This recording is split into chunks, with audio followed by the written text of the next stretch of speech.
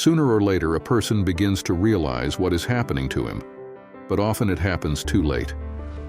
My wife did not understand for a long time that she was destroying our marriage with her infidelity.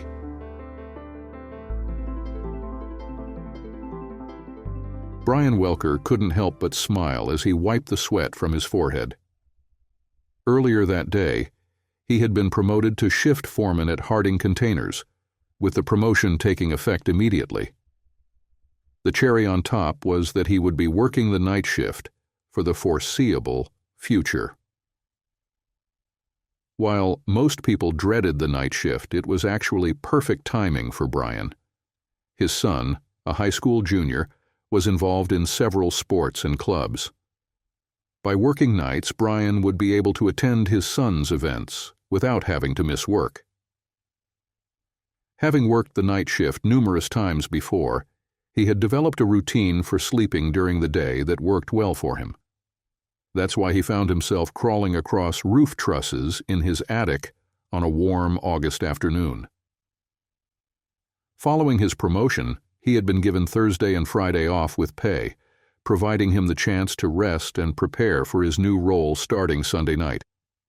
Brian had long intended to convert a space above his detached garage into a small apartment, a personal retreat where he could sleep peacefully during the day.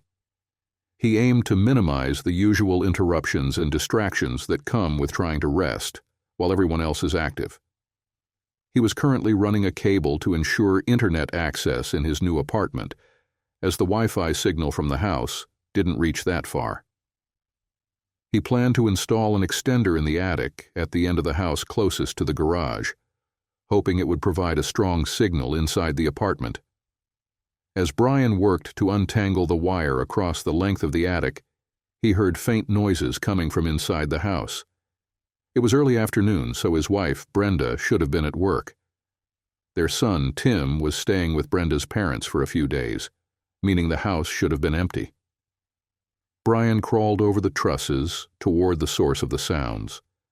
After moving 15 feet closer, he pinpointed the noise's origin: his bedroom.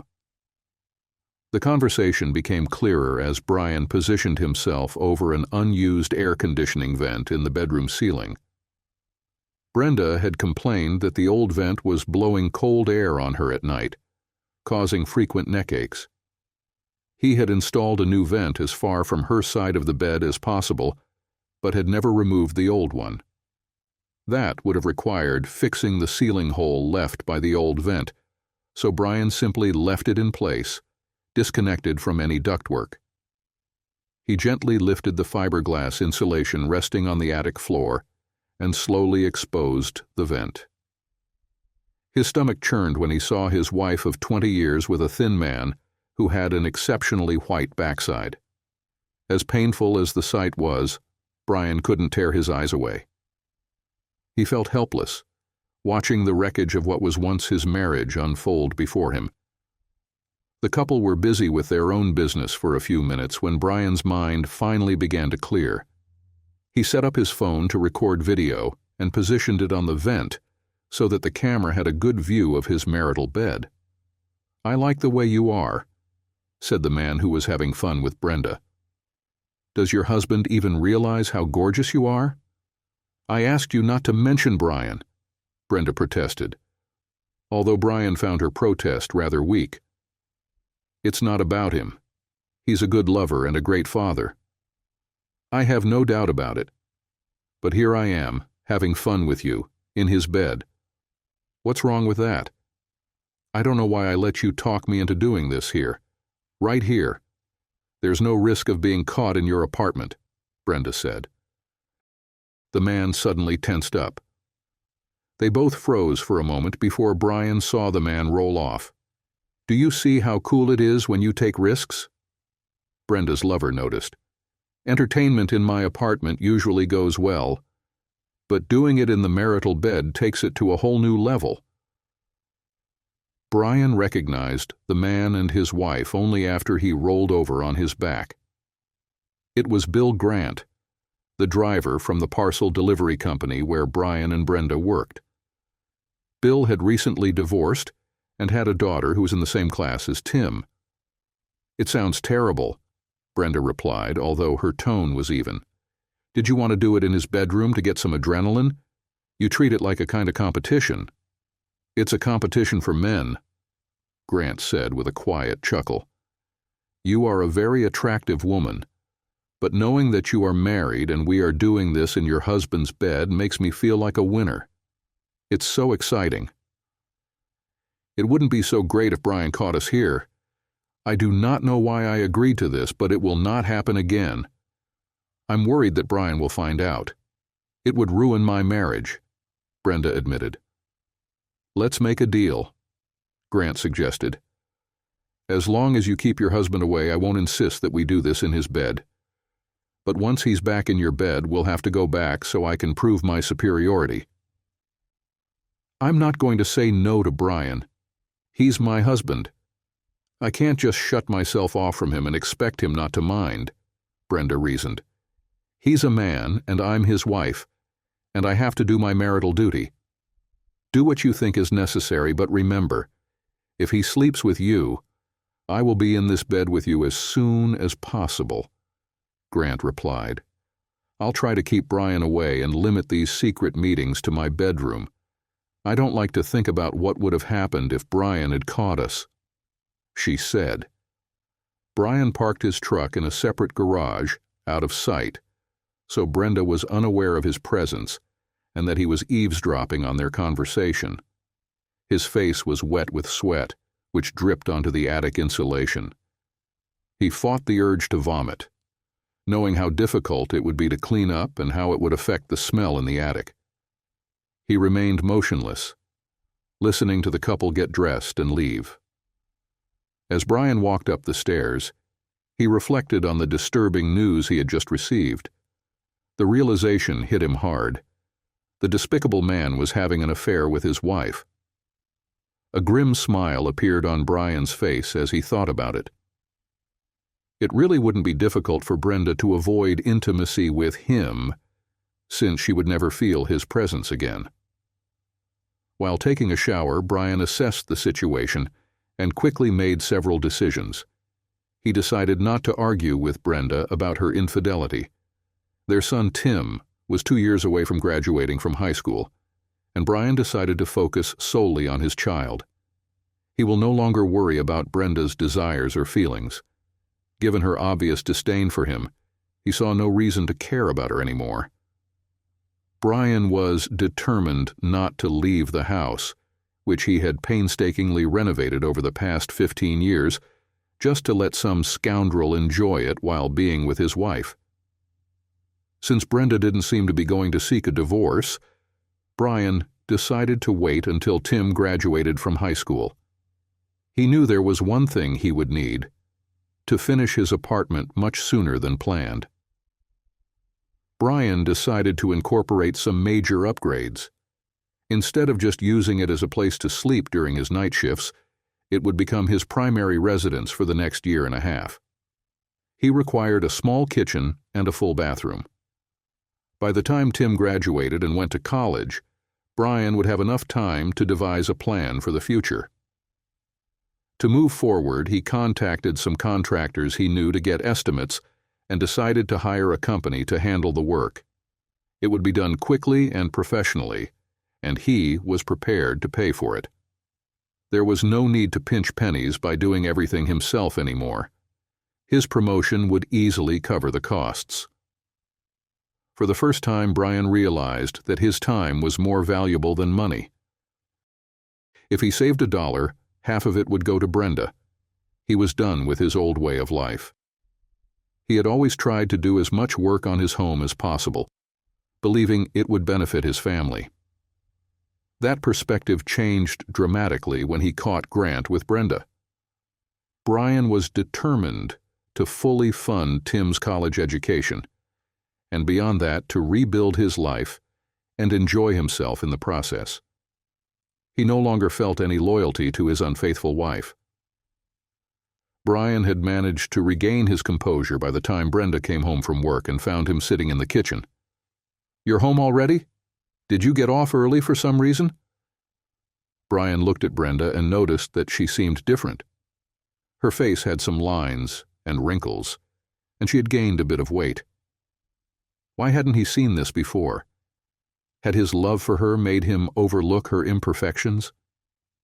It saddened him to think about how his feelings for Brenda had shifted, but her decision to have an affair was a catalyst for his reaction. "Yeah, we're in a bit of a bind at work.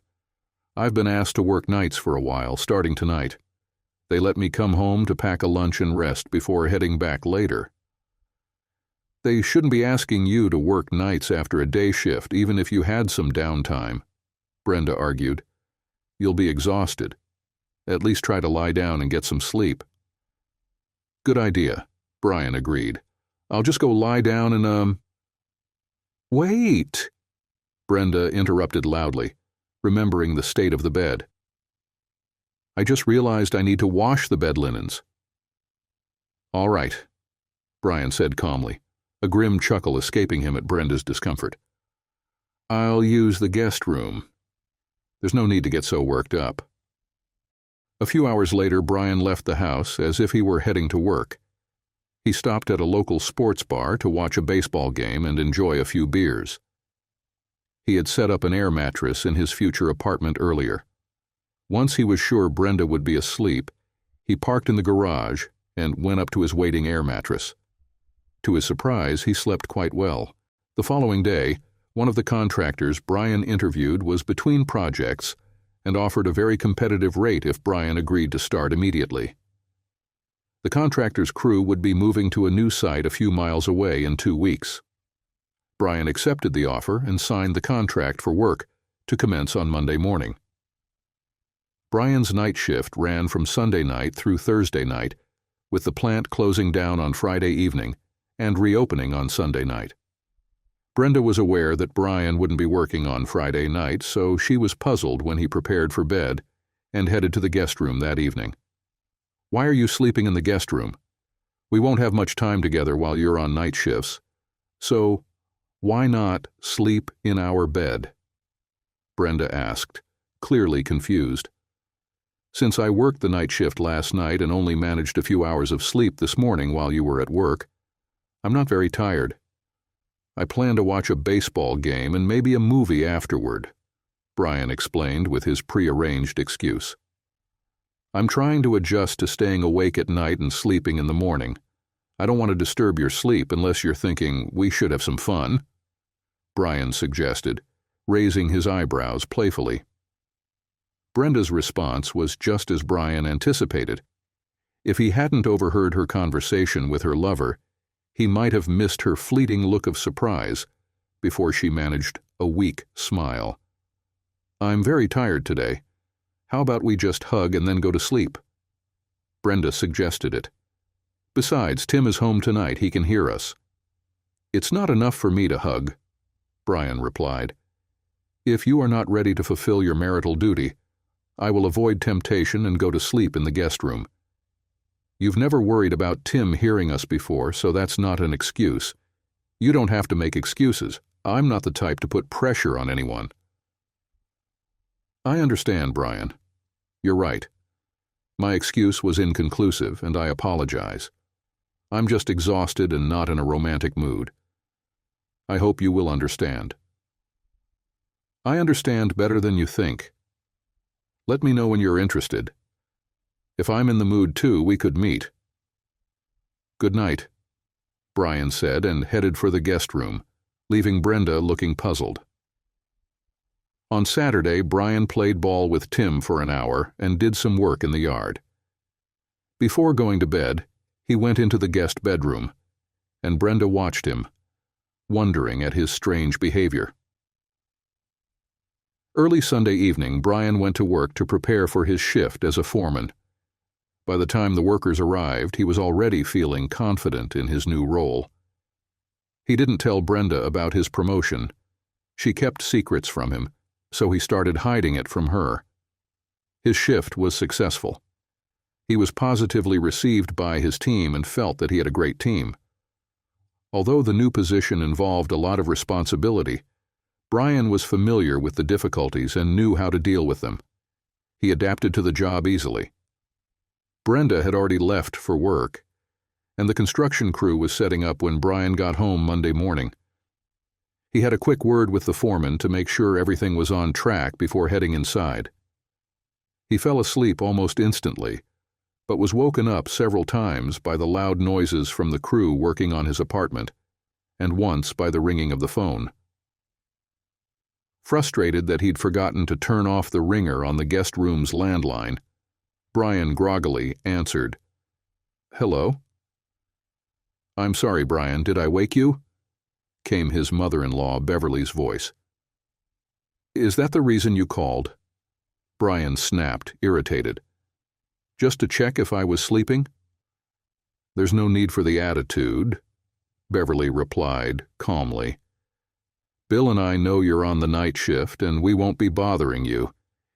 If you need us to take care of Tim while you're sleeping, just let us know." Brian hung up without saying anything.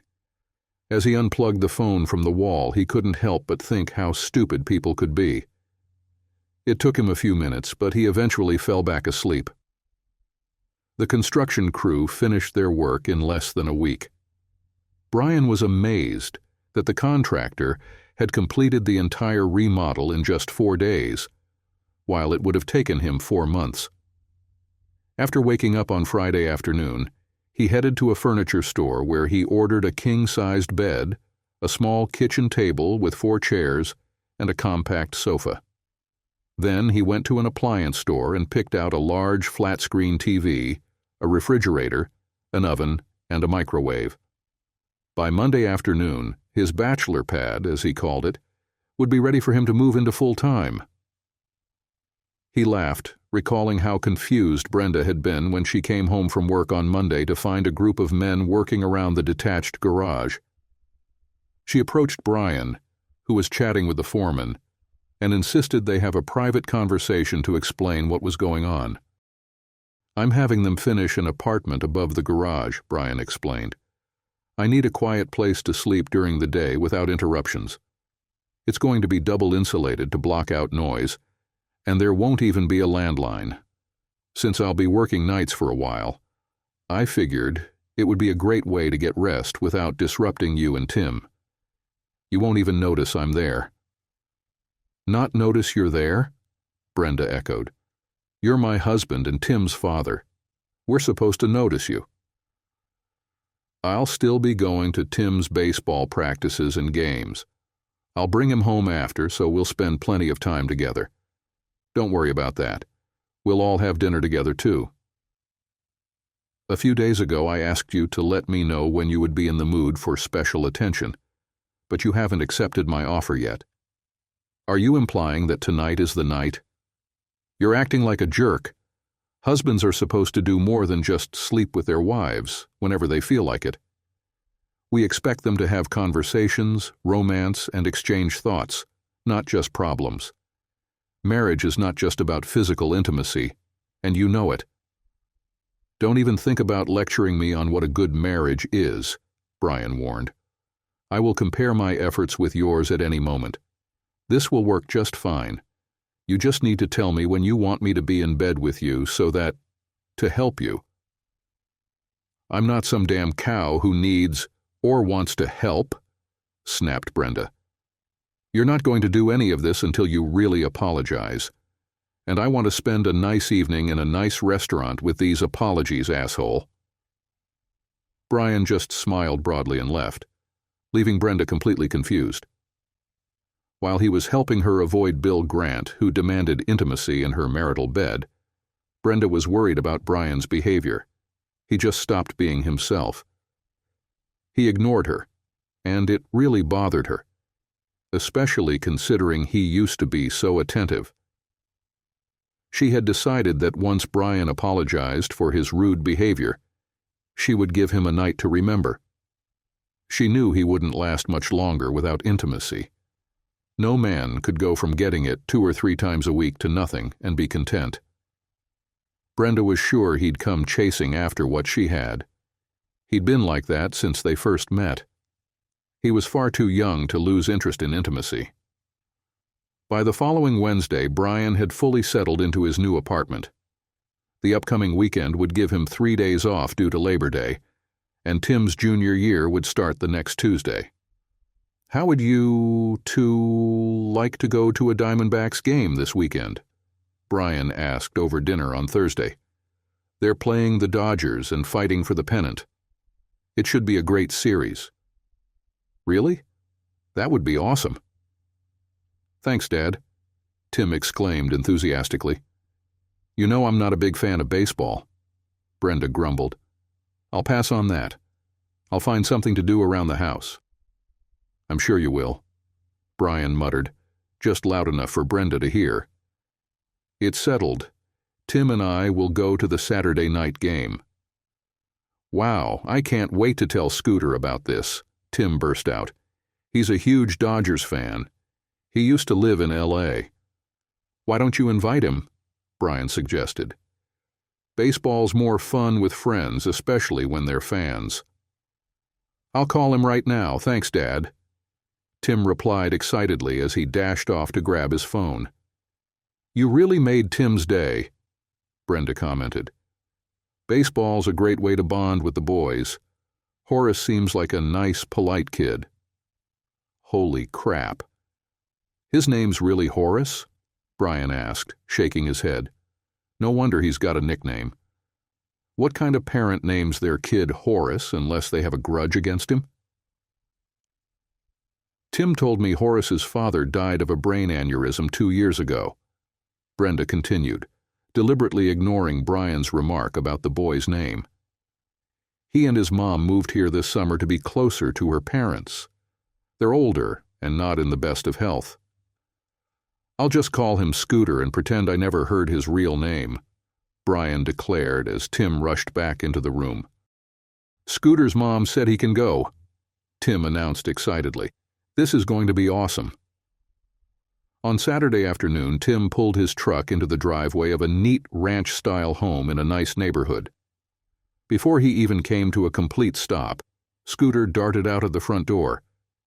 As soon as the truck parked, he hopped in next to Tim. "Mr. Welker, my mom says she wants to meet you before we go. I think she just wants to make sure you're not like a serial killer or something," Scooter said apologetically. "No worries," Brian replied as he got out of the truck, made his way to the house, and rang the doorbell. A slender, somewhat unremarkable woman about Brian's age answered the door. With a quick glance, Brian noticed that her legs were her best feature. Strong, shapely, and perfectly toned. Her running shorts gave him a clear view. Her stomach was flat, and her chest was small, barely pressing against her top. "My legs stand out compared to the rest of me, don't they?" Scooter's mom asked, catching Brian off guard. Yeah, I guess so," Brian stammered, when he noticed the amused smile on her face. "You've got great legs." "Do you think I should let my son go to a baseball game with a guy who checks out every woman he sees?" she teased. "I'm trying to raise him to be a gentleman." Brian saw the playful glint in her eyes and realized she was giving him a hard time. He decided to roll with it. "What you're really asking is whether you should trust your son with a man, because appreciating women is part of being a man," Brian joked with a grin. "I'll teach him how to do it properly." "Well, I hope you'll be a bit more subtle during these lessons you're planning to give Horace," she replied, still smiling. "The first thing I'll teach him is to stand up to anyone who calls him Horace," Brian quipped, "except for his mom, of course." "I understand. My son will learn to be cruel to people who call him by his first name, and also learn to appreciate women's legs. Does that explain everything?" "Not even close," Brian replied. "I will show him the subtle art of surreptitiously evaluating women. It is important that he receives a comprehensive education and does not focus solely on any one feminine dignity." "What a relief," replied Scooter's mom, which made Brian respect her even more. "Have a good time, and be sure to call Scooter if you're going to be late. By the way, my name is Gertrude." Really? Gertrude? What are your friends' names? Brian asked. Oh, for my male friends, I respond to Minx, Raven, Candy, or Bubbles. My friends call me Gertrude, replied the woman with an impenetrable face. It sounds tempting. I'm Brian. We're going to be friends, so I'm going to call you Minx. I like that name. Why am I not surprised? Gertrude said with a hearty laugh. Horace can join you any time. I love your sense of humor. Tim is such a polite young man, so I figured his parents would be okay with it. Thanks for inviting him to the game. We're a baseball family. I used to attend as many Dodgers home games as I could. My dad even played in the minors before I was born. He was pretty good, just not quite good enough, Gertrude added. Scooter's a great kid, so no worries. I'll keep an eye on him and make sure he gets home safely, Minx. Have a good day. Is that going to stick? I was just kidding, Gertrude protested. You'll always be a Minx to me, Brian quipped as he turned and walked back to his truck. Brian had a laid-back day at the game. Scooter caught a foul ball, and both boys ate too many hot dogs and drank too much soda. They were fast asleep in the back seat before Brian even made it out of the parking lot. Upon reaching Scooter's house, Brian gently woke the boy up and escorted the sleepy teenager to the front door, where he was greeted by a beaming Gertrude. Maybe he ate too many hot dogs and soda, Brian admitted. Of course he ate it. He was at a baseball game, Gertrude replied. Thank you so much for picking him up and returning him safely. I was very pleased. Scooter is a great kid, Minx, Brian replied. See you at the boys' games. Brian was used to a daily routine that suited him perfectly. He would come home, eat a small breakfast, and then sleep from 9 to 3. Thanks to the additional sound insulation and thick curtains on the windows, he usually slept soundly. Brenda complained from time to time that he always sleeps in his man cave, even on weekends. She dropped the subject as soon as Brian asked if she needed his services. Brian decided that she was really worried about Grant insisting on intimacy in her bedroom and getting caught. Brian was fine with that. This indicated that she was not going to file for divorce at the moment. His goal of staying married until Tim graduated from high school seemed achievable. Since Brian was a foreman and didn't exercise much, he bought a home simulator that was claimed to provide full-body training. To his delight, it worked as promised, provided it was consistent in use.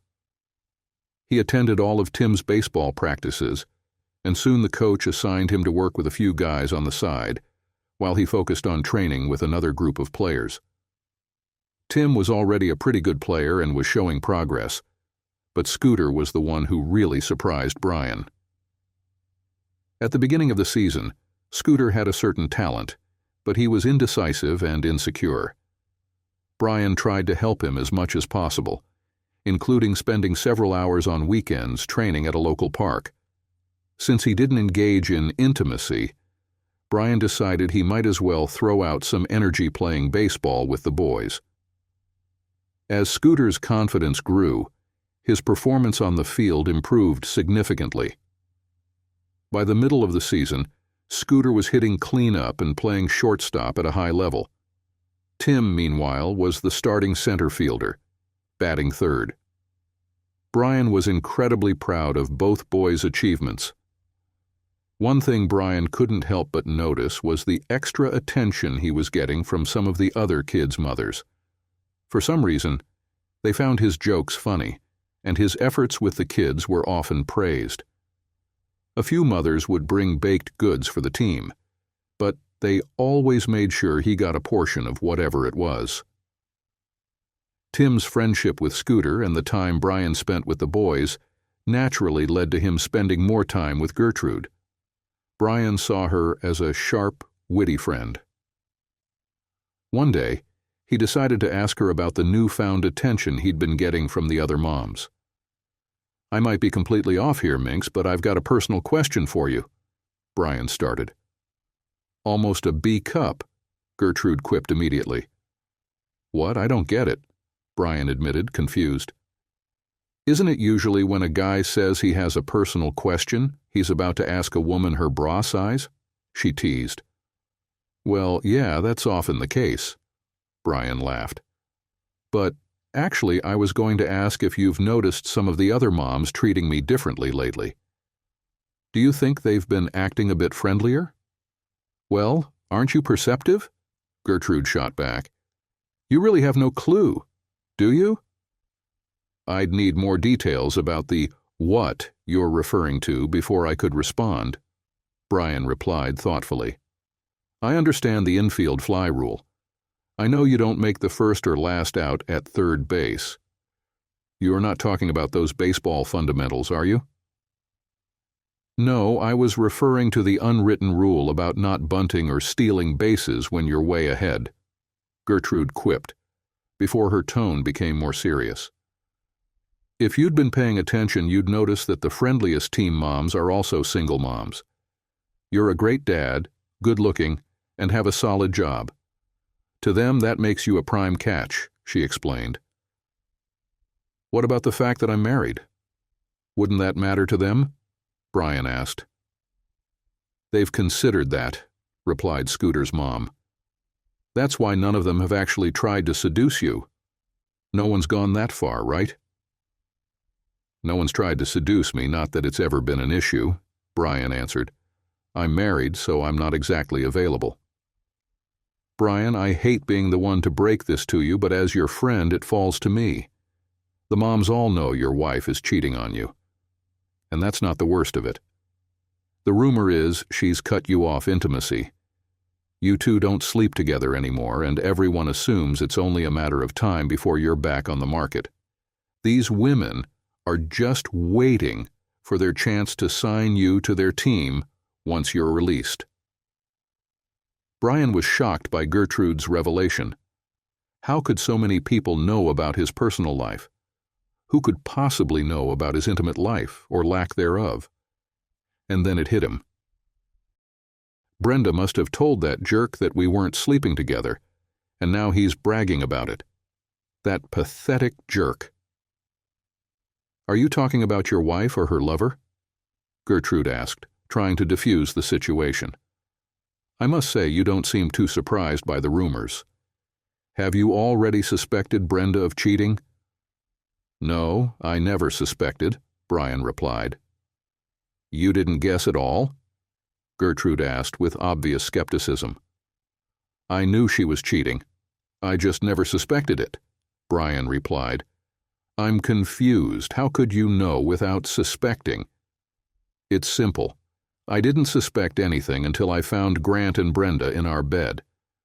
In a matter of seconds, I went from complete ignorance to absolute certainty.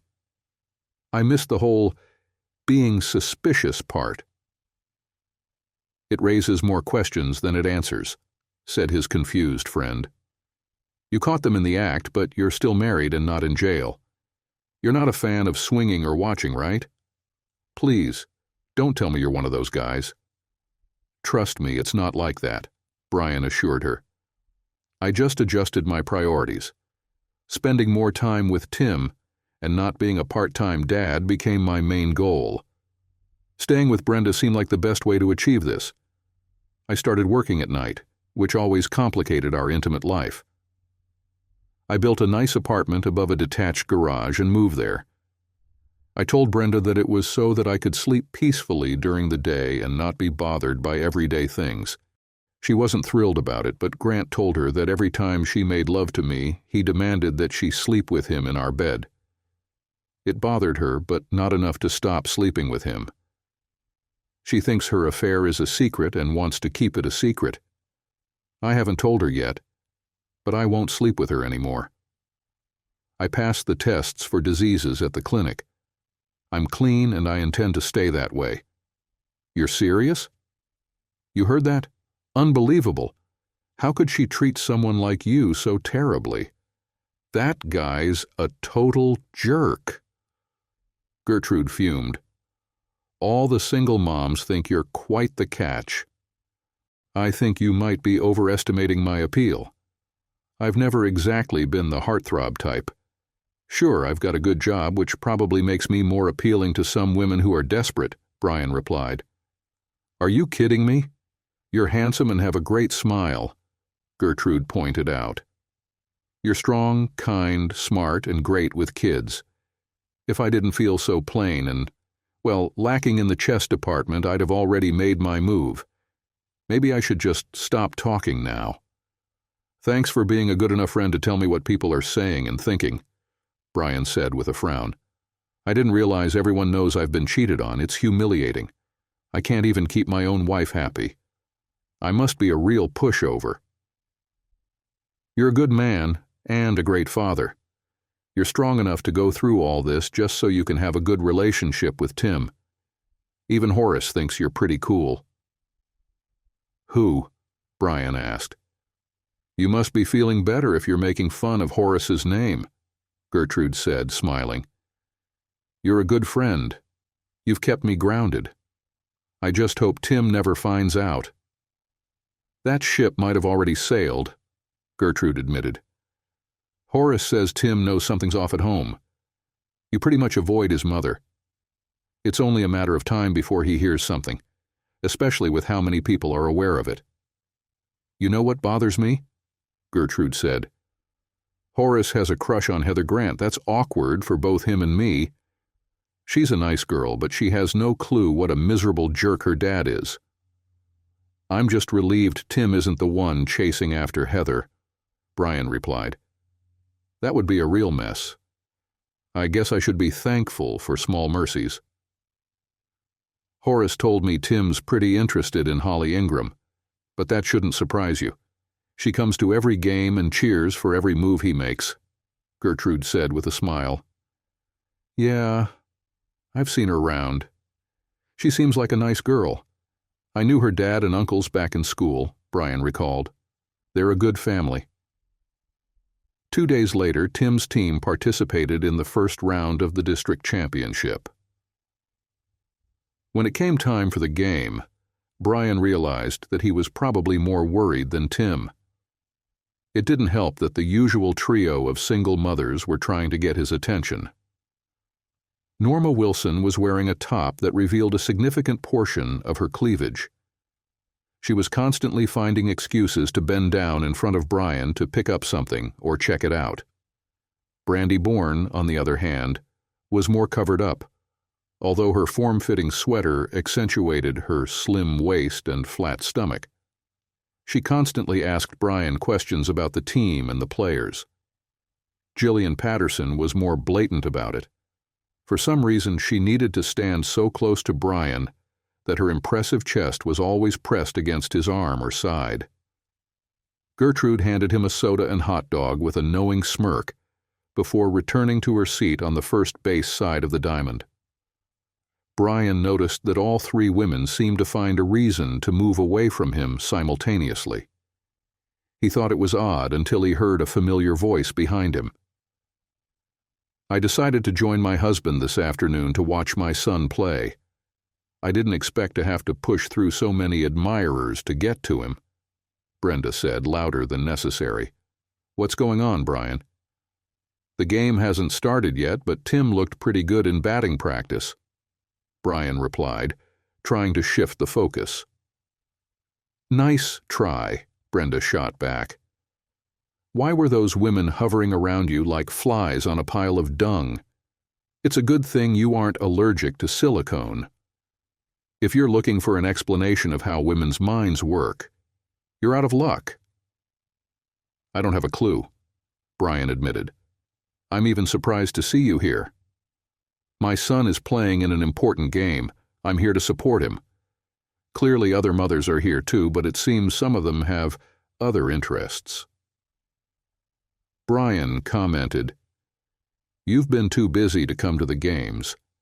How did you manage to escape your duties today? Brenda shot a quick glance at her husband when he mentioned her duties. For a fleeting moment, she wondered if he was hinting at something, but she dismissed the thought almost immediately. If he had any suspicions, he would have been much more upset and confrontational. Brenda knew Brian would never tolerate infidelity.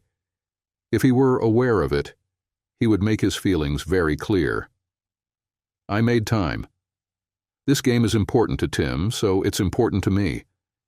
I've hardly seen you since you started the night shift, so I thought it would be nice to spend some time together supporting Tim, Brenda explained. As Brenda and Brian settled into the bleachers, Brenda noticed several other mothers watching her with what seemed like hostility. She was puzzled by their reaction. This was her first game, and she had had no prior interactions with them, so she couldn't understand why they would be upset with her. Brenda then spotted Gertrude sitting off to the side. As usual, she blended into the background, but Brenda noticed her hair had been professionally styled, and that her legs looked good in a pair of shorts, though they might have been a bit too short given the chilly weather. The game started, and Brian's focus was fixed on the field.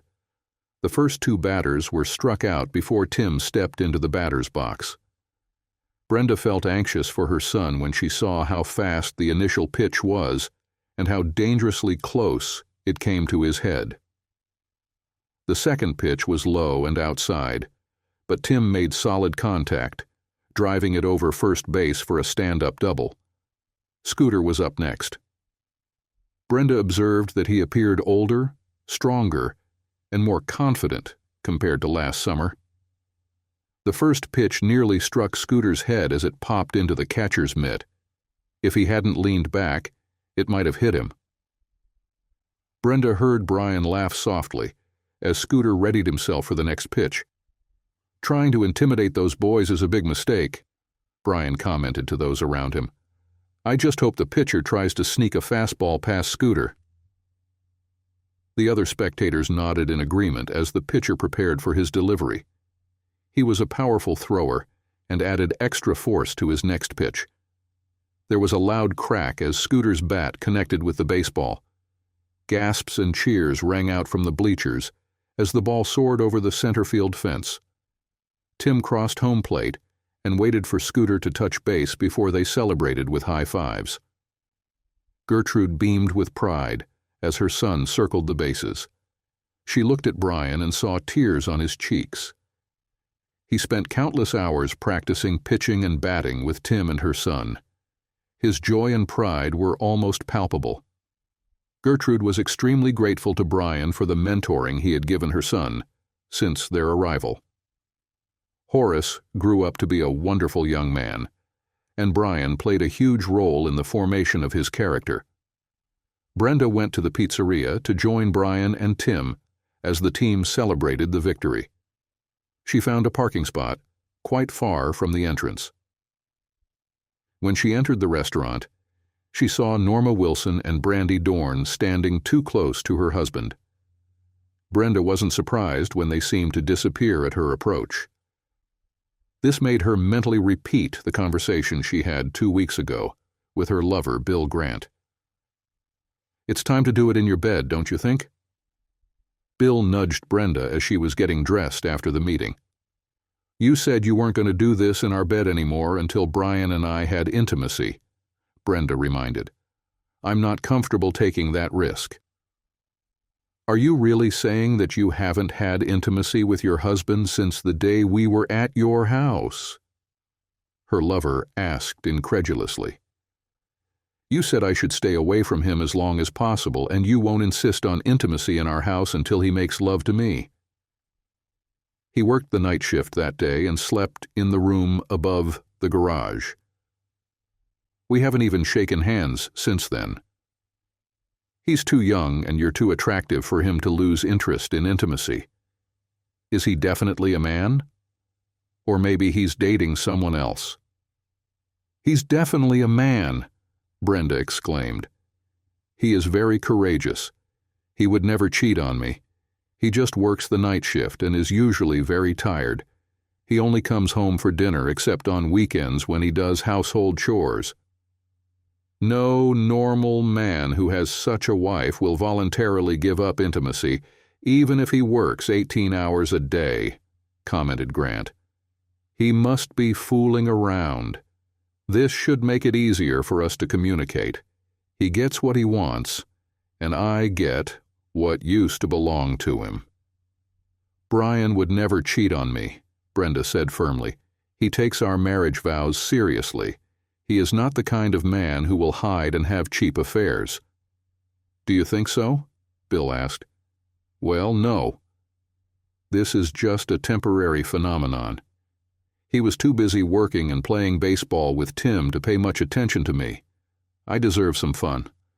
I work a lot, run a household, and cook food. Besides, I work full-time, Brenda reasoned.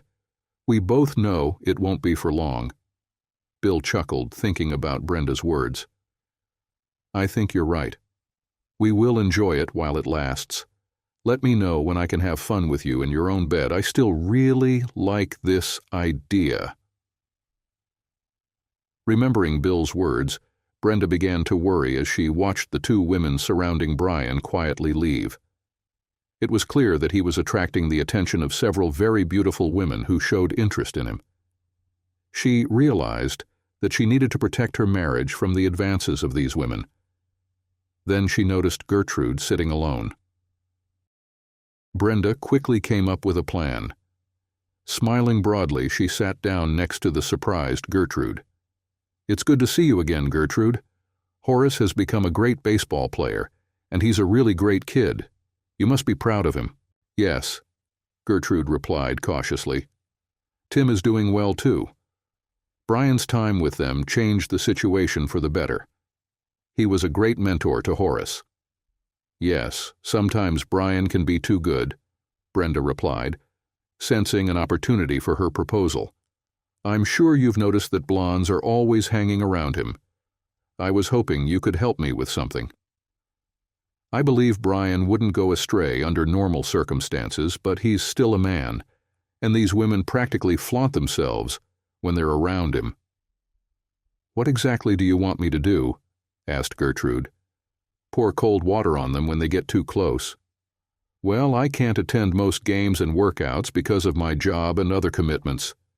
Brenda began cautiously. But I trust Brian. You're not his type at all.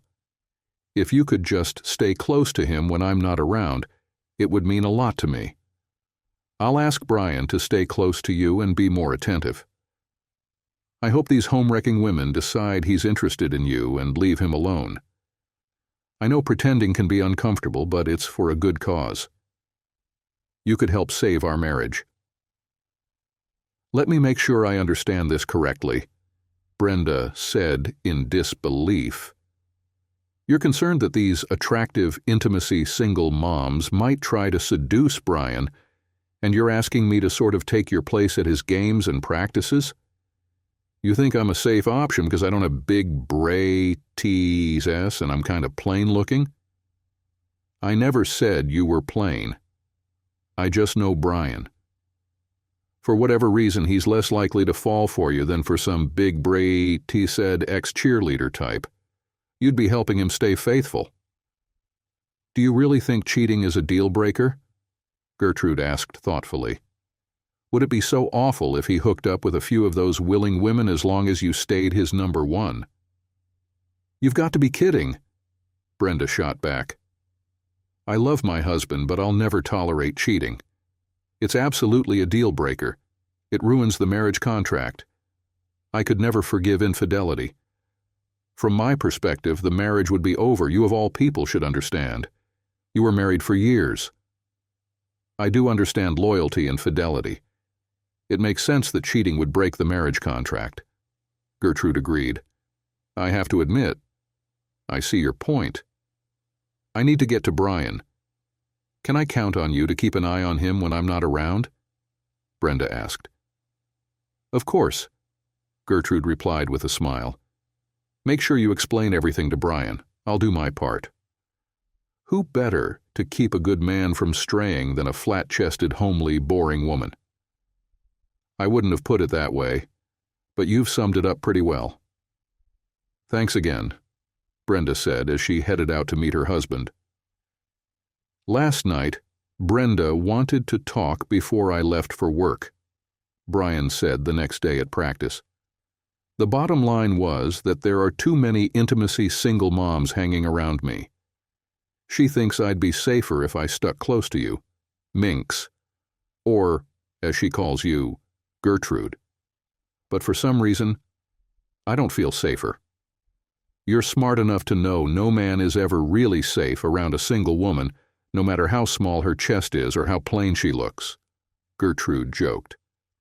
Minx, you're one of the most attractive women I've ever met, Brian said seriously. You're the whole package, not just silicone and bleach. Wow, you just made my job a lot harder, Gertrude admitted with a blush. I'll schedule an eye exam for you after baseball season. You'll find I've got perfect vision, and I'm a great judge of character. Except for one major mistake, Brian said. I seem to have misjudged my loving wife. I think she might have misjudged us, Minx replied.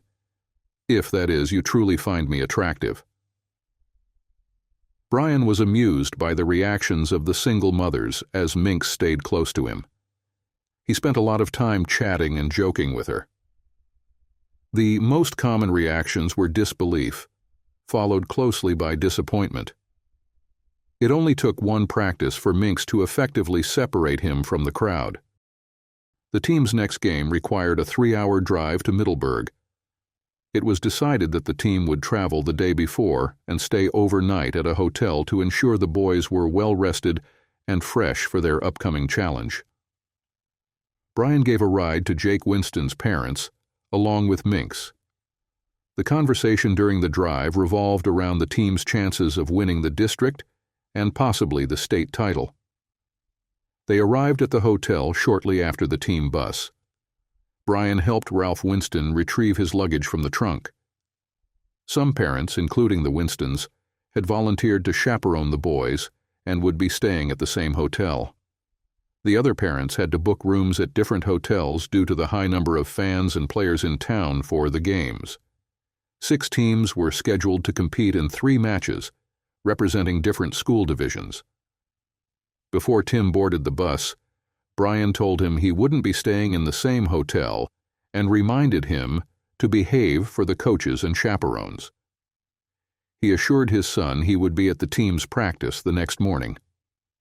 As the Winstons wheeled their bags toward the team hotel, Brian asked, "What hotel are you staying at, Minx?" "The same one as you," she answered simply. "I never told you which hotel I was staying at. How did you find out?" Brian asked, puzzled. "I didn't," she replied shortly. "How do you know we're at the same hotel? It's busy this weekend, and you might not be able to get a room last minute," Brian pointed out. "I'm sure something will come up," Gertrude said with a wide grin, leaving Brian even more confused. A few minutes later, they arrived at Brian's hotel. He asked Gertrude, "Minx, do you want to see if you can get a room while I check in?" "I can stick around to make sure you find one." "Thanks, but I'll just wait here. I'll be fine," she insisted. Brian was beginning to gain some clarity as he checked in and picked up his room key cards. Returning to his truck, he found Minx waiting. "Would you be interested in having one of these keys to my room?" he asked. "It's room 207. "How thoughtful!" Minx exclaimed, stepping out of the car, accepting the key, and giving Brian a kiss on the cheek. "Let's head to bed. It's going to be a long night." The next morning, Brian felt far more exhausted than he had been before going to bed. Initially, he wrestled with the idea of breaking his marriage vows, but Minx helped him work through it. "Let's think this through logically," she said. "Brenda hasn't just been unfaithful. She's also agreed to cut you off intimacy. Even if she hadn't, she's risking your health by sleeping with some guy who probably doesn't use protection. She's made being with her unsafe and unappealing. She's released you from your vows and your marriage contract. I haven't had intimacy in over 2 years. I've had all my checkups and I'm clean. You got tested after discovering she was cheating and you're clean too. I went on the pill over a month ago, hoping we might get together. So, can you give me one good reason why we shouldn't? Is it because of my looks? Your wife always said I was the perfect safe friend, thinking you'd never be attracted to me like the women with big chests who were interested in you. Is that it? Am I just not desirable to you? Minx, you're incredibly desirable. Never doubt that. I've never cheated on Brenda, so it's taken me some time to adjust, but you've made a compelling argument. I'm ready, Brian said with a smile. There's something else you should know, Minx added. Both of my parents are in hospice, and they're not expected to live much longer. Also, my brother's been sending Horace's game footage to a friend who coaches baseball at the top prep school in L.A. If Horace gets a scholarship for next year, we might end up moving back. I really like you, but this isn't going to be a long-term relationship. It just can't last. Look at us. You're a handsome married man with an unfaithful wife, and I'm just an ordinary woman with a son who has a real shot at an athletic scholarship to a good university. I have to put Horace's future first, she finished. That's fantastic about Scooter, Brian said proudly. He's a great kid and an incredibly talented athlete. I'm happy he'll get the chance to refine his skills against tougher competition while also getting a solid education. You're the main reason better schools are noticing him. I know how much effort and time you've invested in him. It's ironic that your mentorship with my son has given us the chance to move back to L.A. and away from you. I'm not sure I'd be any good at a one-night stand situation, Brian admitted. It might be better to skip intimacy altogether than to have one night and then go back to living like a monk. You silly man. I said we'll probably move back to L.A. for the next school year. That's more than 6 months away. A guy could have plenty of fun in 6 months, unless he's too old to handle a steady stream of passionate nights with a very eager woman. Well, I guess we'll just have to see. Will you live up to your nickname, Minx? Brian teased. I will for you, big boy, Minx promised. Whenever you want me, just give a whistle and I'll show you how it's done. I've always been told my whistling's pretty decent, Brian joked. Then you're definitely not doing it right, Gertrude shot back. The baseball team won the state championship, and Scooter received a scholarship to study at an elite preparatory school in California. Unfortunately, Gertrude's parents passed away shortly before Thanksgiving, just a week apart. Brian and Tim attended the funeral, where Brian met Gertrude's brother and immediately took a liking to him. Brian, this is my brother Dexter, Gertrude introduced. Dexter, this is Brian, Horace's baseball mentor and our good friend. Damn it, exclaimed Brian. Is your name Dexter? Yes, Gertrude's brother replied with a grin. Only Gertrude and our parents call me Dexter. Everyone else knows me as Grima. What do you call my sister? I call her Minx, but don't ask me why, Brian replied. I don't think I need it, Grim said with a laugh. On Thanksgiving, Brian joined Brenda and Tim at her parents' house. For the first time in months, he found himself getting ready to go to bed with Brenda, following their tradition of staying the night. Despite his hesitation, Brian couldn't think of an excuse to break it. It's been a long time since we've slept together, Brenda muttered. You must need me right now. Let's do it. Brian immediately regretted his next remark. So, are you finally admitting that you need proper attention? I knew you'd give in. I will be happy to take care of you and leave you with a big festive smile. You arrogant jerk, Brenda snapped. With this attitude, you won't get anything for many years. What's wrong with you? Forget that I even thought about letting you touch me. Okay, Brian replied, and without hesitation turned his back on her. Although his remark was not typical of him, it served his purpose of avoiding intimacy with Brenda. However, Brian couldn't shake the sadness of realizing how badly their marriage had broken up. Brenda was worried about Brian's sarcastic remark, which made it difficult for her to fall asleep.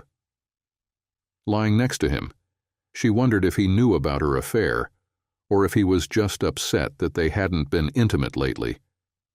She decided she needed to talk to Bill about it. Bill needed to understand that if she slept with Brian, he couldn't expect them to have fun in the same bed. This thought made her avoid her husband and reject him, which could soon arouse his suspicions. It could end up ruining their marriage. Brian had his own daily routine when he worked the night shift. When he returned home, he ate a small breakfast and went to bed by 9 a.m. Often, around 2 o'clock in the afternoon, Minx would climb into bed with him, and they would make love for about an hour before she left to be home for Scooter's return from school. Since the baseball season was over, they had more time for secret meetings.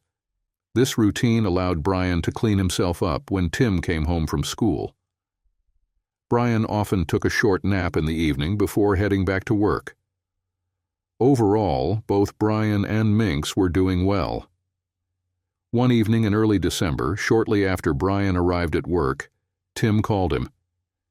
"Dad, Scooter, and I are walking with Heather and Holly in Heather's car. You said we could stay until midnight because we're not going to school tomorrow. But we have a problem. Heather was driving her mom's car, and now we had a flat tire, and there was no spare in the trunk. We're stuck on D Street, and I'm starting to worry. I see a group of guys at the trading floor, and they're looking at us." "Are you stuck on D Street? At the trading floor?" Brian swore. "We'll talk about it later. Does Heather drive this Corolla?"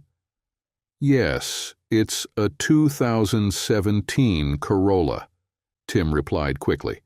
"I'll find a tire and a tire that will fit it, and I'll be with you soon. Lock the doors, and if anything happens, call the police. Beware of these girls." Brian put the phone back in his pocket and headed to the production hall. He immediately found the right person for him. "Gus, you still drive that Corolla, right?" Brian asked the bearded man working on the loader. "I need a tire for your car, and I need it now." As Brian talked to Gus, another thought struck him as Jack Reynolds walked by. Jack was Holly's uncle. Her mother was Jack's younger sister. "Jack, my son and some friends are stranded on D Street with a flat tire and no spare. Holly's with them. I'm picking up a mounted tire from Gus and heading over there. I'd appreciate it if you came along. I've got a proper spare, not one of those damn donuts." Gus chimed in. "Let's take my car and get down there right away." Jack, Gus, and Brian rushed for the parking lot, worried about the kids being in that area so late. It wasn't a safe place, especially for teenage girls. Meanwhile, Brenda was lying in bed, enjoying the warm afterglow from her time with Bill. His phone rang, and he checked the caller ID. "Damn it! It's Heather. I've got to answer, or she'll keep pestering me for not picking up." Brenda could only hear part of the conversation, but she was worried about what she heard. "What the hell are you kids doing down there?" "Well, that's too bad. These boys are already old enough to handle such a small problem. Call AAA. It's not my fault that your mother is so dumb that she doesn't keep a spare tire in the car." "What did it all mean?" Brenda asked when Bill hung up. "Nothing to worry about," was Bill's reply as he reached out and stroked Brenda. "Heather has a flat tire, but she's calling AAA to get it fixed." Several young bullies were hanging around Heather's car when Brian and his friends stopped right behind her. Brian quickly got out and pulled the jack and tire iron out of Gus's trunk. Gus brought the spare tire, and Jack knocked on the driver's side window and motioned for Heather to put it down so he could talk to her. "Guys, stay quiet until we change the wheel. If these assholes cause any trouble, we'll take care of it. Holly, You're going to have to explain to your mother why you ended up here on D Street in the first place." Brian moved the jack by the flat rear tire and slid it under the frame.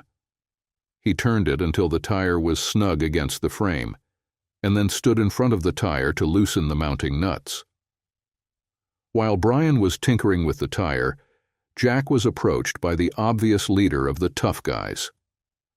"You are on our territory. You need my permission before you touch this car." Before Jack could respond, Brian swung the tire iron and hit the man on both shins. The guy fell to his knees and then rolled on the ground, cursing loudly and rubbing his shins. Brian grabbed him by the collar, dragged him face down to the flat tire, and then sat on his back, continuing to unscrew the nuts. Two of the closest gang members rushed to him, apparently determined to pull Brian away from their incapacitated leader. Jack hit the first one. The second gang member tried to evade Gus's attack by retreating. "Lift the car up a bit and I'll change the wheel," Brian calmly told Jack. Jack picked up the car while the gang members hurled insults and obscenities at them. From time to time, the man under Brian tried to free himself, but Brian grabbed him by his greasy hair, lifted his head slightly, and pressed him back to the asphalt. After a couple of lessons, the man lying on the ground decided not to move. Brian unscrewed the nuts and removed the flat tire. He took a new tire from Gus and put it back in place. As soon as the nuts were tightened by hand, Jack lowered the machine. The three of them seemed to ignore the taunts of the bandits as they continued their work. Brian tightened the fastening nuts and then stood up, accidentally kicking the leader as he stepped over him. "Are you idiots talking to us?" Brian asked, walking up to the gang members and casually tossing a tire iron in his hands. As soon as he headed towards them, the group scattered. "Get out of here, you kids!" Jack commanded as Brian steered the gang further away from the car. "Watch where you're driving, so you don't run over those idiots lying in the street, and stay out of this part of town." The three men climbed back into Gus's car and followed Heather as she drove to the next intersection and turned toward the kids' neighborhood. "I can't believe you kicked that idiot in the shins like that," Gus chuckled. "He went down like a sack of potatoes." "Thanks for bringing me along," Jack added. "My hand hurts, but it was great to smash that punk in the head. And then, you sat on the jerk while changing the tire." Gus laughed. That was hilarious to watch. The men continued to laugh and recount their adventure as they headed back to work. By morning, the story had spread throughout the entire plant. Exciting tales were always a hit, especially on the night shift, helping the time pass and offering a distraction from the fatigue and sleepiness. The next day, when Brian woke up, Minx jumped into bed with him and kissed him. "Horace told me about what happened last night. You were great. Thank you for taking such good care of the children," Minx said enthusiastically. "You're going to have a really happy day. I would have come earlier, but I had to wait until Horace and Tim visited the girls, since they don't have school today." Brenda had only been at work for an hour when Sue Blaine approached her at the water cooler, clearly wanting to discuss something. "I heard that Brian, Jack Reynolds, and Gus Benson detained several hooligans who molested the children's car on D Street. I understand that hitting a tire iron on the shin can quickly discourage a punk." Brenda quickly put the facts together. The night before, Heather had asked her father for help, but he had brushed her off. It seemed her situation was more serious than Bill had anticipated. The fact that Sue used the word children most likely meant that Holly was involved in this case, as well as Horace and his son Tim. "I'm wondering what you've heard," Brenda said. "I want to check if the rumors are close to the truth." By the time Sue finished explaining what the gossips were talking about, Brenda was fuming at Bill Grant. although she kept it to herself. Bill ignored his daughter's request for help in a potentially dangerous situation, completely ignoring her concerns. Meanwhile, Brian, along with Gus and Holly's Uncle Jack, behaved like real men, protecting the children and helping them get out of a difficult situation. Bill ignored his daughter's suffering in order to take care of Brenda. The realization that she was involved with a man who refused to help his own daughter and some of her friends, including Tim, deeply hurt her. How did she get involved with such a despicable person? Brian was incomparably better than Bill, and Brenda always knew that. Why did she get involved with such a self-centered, arrogant man in the first place? That day, Brenda found Bill in the break room, where he was eating alone while his truck was being repaired. She immediately turned to him. "Heather asked you for help last night, and you ignored her. These kids were in serious danger, but you told her to call AAA. What kind of father are you?" "It's all right," Bill replied casually. "Your husband and his friends took care of everything. What's the problem?" "Brian acted like a real man. You abandoned your daughter. That's the problem. My son was in that car. If your husband is such a great jerk, why am I the one sleeping with you when he hasn't been doing anything for months?" Bill chuckled. "No amount of heroic deeds can compare to my manhood." "You're a pathetic jerk," blurted out Brenda. "He's more of a man than you'll ever be." "You say that, but last night you were with me at the Sotil and you wanted more. I'd say I've surpassed this weakling in every way," Bill retorted, taking another sip of soda. "That's enough," said Brenda. "It's over between us. Don't ever try to contact me again. I don't want to have anything to do with you." "Whatever you say," Bill replied calmly. "There are many married women. If you change your mind, you know where to find me. I'll still be here if you ask me politely." Brenda burst into tears and ran out of the room. She betrayed her husband, disrespected him, and put her marriage and family at risk because of a petty, selfish sociopath. She could only hope that Brian would never find out how stupid she was.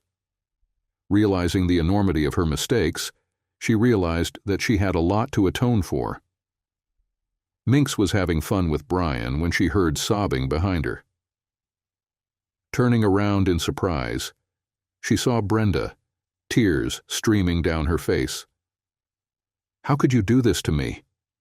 Brenda sobbed. "I trusted both of you, and that's what happened." "I'm just doing what you asked," Minx replied, reaching for her clothes and starting to put them on, putting her finger to Brian's lips to keep him quiet. "You wanted me to keep those blondes away from Brian. I sacrificed my body to help you achieve this. I didn't want you to sleep with him, and you know it," Brenda blurted back, and tears turned to anger. "I can't believe Brian would cheat on me like that, especially with someone like you. I understand that it's hard for you to accept that Brian and I are related, but you don't have to insult me," Minx explained. "I'm just helping to relieve the tension that was weighing on him. Bill Grant didn't want you to be close to your husband, so Brian had to turn to someone else. Fortunately, I was in the right place at the right time. You can thank me for making Brian happy and Bill happy. By the way, where is Bill? Is he in your bed?" "Do you know about Bill?" Brenda gasped. "Well, yes," Minx said. "I think most people know about Bill. You've been dating him for months now." "If Brian knew, why didn't he say anything? Why did he let Bill and me be together for so long?" Brenda asked, tears streaming down her face. "You're a smart girl. What do you think most men would do if they found out their wife was cheating on them?" Minx answered. "He would have been very angry and probably yelled at me. Then he would most likely divorce me," Brenda said, starting to realize the reality. "That's about it. What would have happened next?" Would Brian and Tim stay here while you lived with Bill? Minx asked calmly. I wouldn't leave my house and leave Tim. If Brian wanted a divorce, he would have to move out. He would have to pay child support. Tim would have stayed with me, Brenda concluded. This is exactly what Brian expected, Minx agreed. If staying close to Tim and being a good father was his main goal, how could he achieve that? By not divorcing me, Brenda replied quietly. He stayed with us for Tim's sake, not for mine. He found out about Bill and me and basically ended our marriage, just not legally. We've been living as a divorced couple for months now, haven't we? I was just too blind to see it. In my defense, Bill's attention distracted you from the fact that your husband was emotionally depressed. I'm just a woman who came to you after you ruined everything. I helped Brian heal. I told Bill that it's over between us. I never want to see him again, Brenda said. Was it after he refused to help his daughter out of a difficult situation last night? You really didn't have a choice, did you? Minx asked a rhetorical question. Even scammers have their limits and expectations. Are you and Brian planning to live together now? Brenda asked, wiping the remaining tears from her eyes. To be honest, we are quite happy with our current agreement. Horace and I will return to Los Angeles before we start studying in the fall, Minx explained. I'd rather he didn't find out that his mom is dating his best friend's dad, if that's possible. When it's time for me to leave, I'll probably help Brian find a new partner if he's ready for it. So you see, I didn't take your husband away as other mothers hoped. We're just temporarily enjoying each other's company, like you and that jerk did. What if I don't let this go on? He's my husband. You have no right to be with him, insisted Brenda.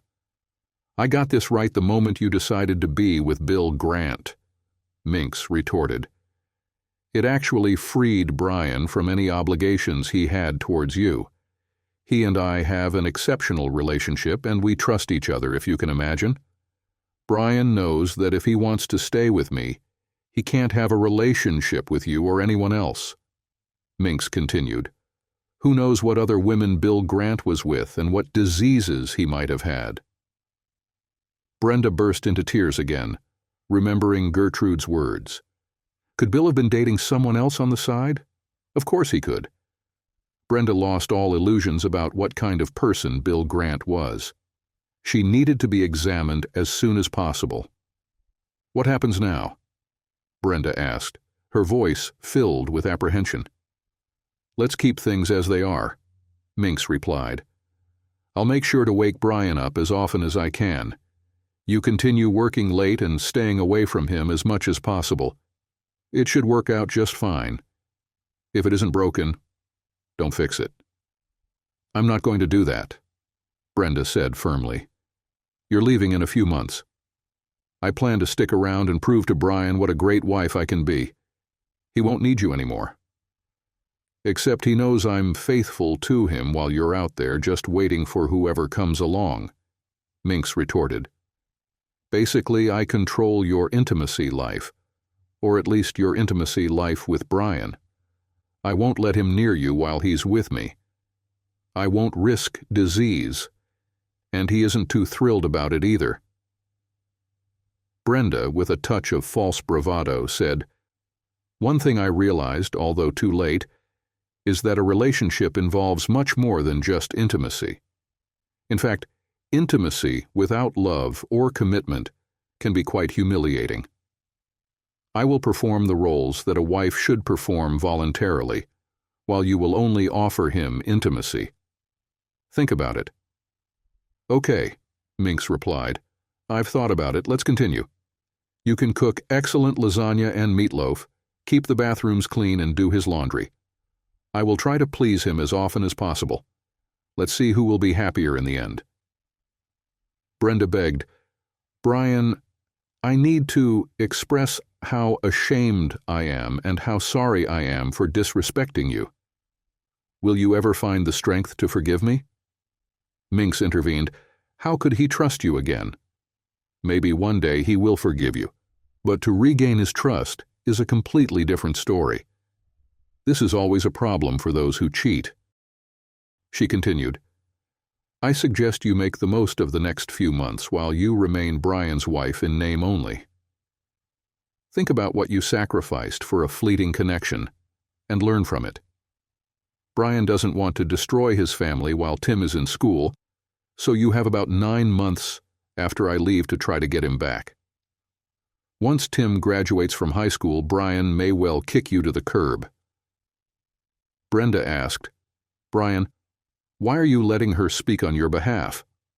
Minx replied, I'm not just his lover, I'm his best friend. While you were busy with Bill, Brian and I had our own late-night conversations. I promised to deal with this situation if it ever arose, and he promised me a reward in return. Could you please leave us now?